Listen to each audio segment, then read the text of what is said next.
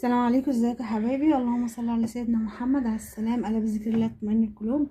فرزنا بقى الكرنب عشان ده الموسم بتاعه، احلى موسم تفرزي فيه اي حاجه، بسله قلقاس. انا دول صينيتين، لان انا عامله كل كرنبايه سلقاها لوحدها وحطها في صينيه عشان ما اضمنش سوى ورق دي او لخبطه على بعض تطلع ورقه مش مستويه، ورقه لا.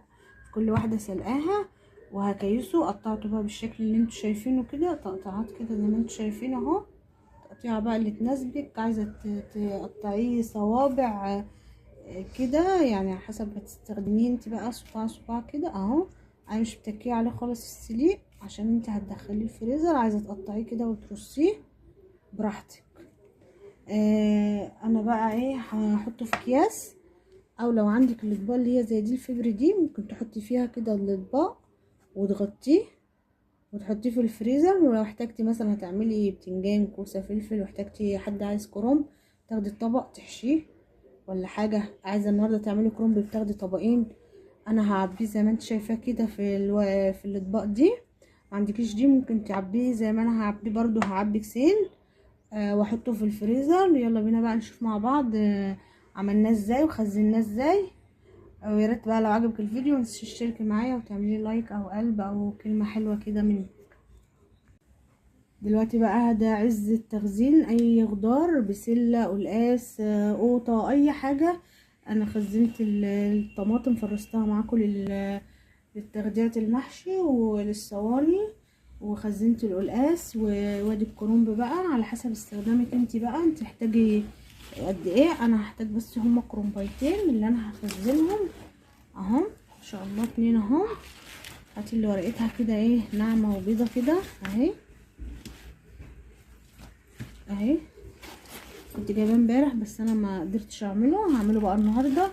هنفرزه، هقطعه بقى واشيل الزوايد والحاجات اللي فيه دي، وهنسلقه وهوريهولكم ما اجي اكيسه. واحنا بنسلقه برده هوريهولك هنحط ايه في الميه بتاعته. مش هنحط بقى لا زيت ولا نحط الحاجات بتاعته دي، ولا هنسلقه كتير كده بقى. بعد ما خلصت الكرنبتين اهمت زي ما انتم شايفين اهو، ده الابيض وده اللي لونه قافل شويه اهو. هنحطه بقى هنسلقه اهو. يلا على النار. حله بقى ألمونيا كده اللي كبيره يكون عندك لسلق الكرنب اي حاجه اهي. هنحط بقى معلقه كده من السكر كبيره، ونص معلقه من الكمون، وهنا معلقه او نص معلقه من الملح اهي. دي كلها هنحطه في ميه السلق بس. وجنبي هنا طبق كده في ميه اهي، ميه ساقعه. اول ما هنحطه ما الميه بس تبدا تغلي شويه معايا،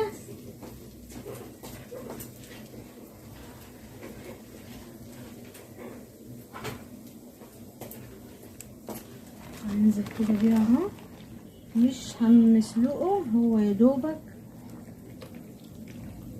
ياخد بس النار ونطلعه، لان هو بيكمل سواه في الفريزر ولازم يطلع من الميه السخنه دي اللي مش غليها قوي،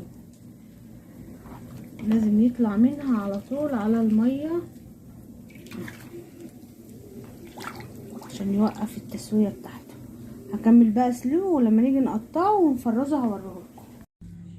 انا كده بقى سلقت الكرنب اهو، بس خليت كل سلق الكرنبايه دي لوحدها ودي لوحدها، يعني عشان ما اضمنش مثلا احط دي على دي، الورق دي على ده، ده يطلع طعمه مش حلو، ده يطلع سوا غير ده. فروحت سلقه كل كرنبايه ومخليه ايه كل اللي سلقتها في حاجه لوحدها عشان ابقى عارفه، واحط دي في كيس ودي في كيس.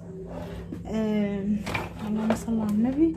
التقطيع بقى زي التقطيعه بقى اللي تريحك، التقطيعه اللي تناسبك. هتشيلي العرق كده وهتقومي تانيها كده، تقوميها كده وتتنيها. التقطيعه بقى اللي تناسبك واللي تريحك.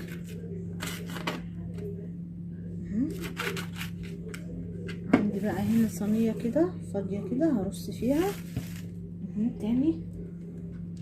وشايلين الطرف بتاعها كده، العرق بتاعها كده اهو، وهنقوم برمينها كده. نشيل الزوايد اللي هي الطروف دي اهي.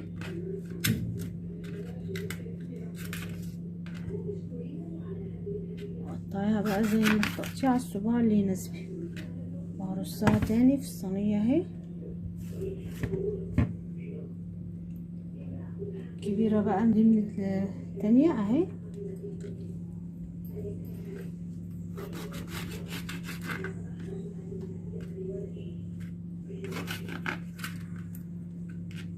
مش متكية عليه في السليق عشان ما يتهريش مني، مش متكية عليه خالص في السليق اهو.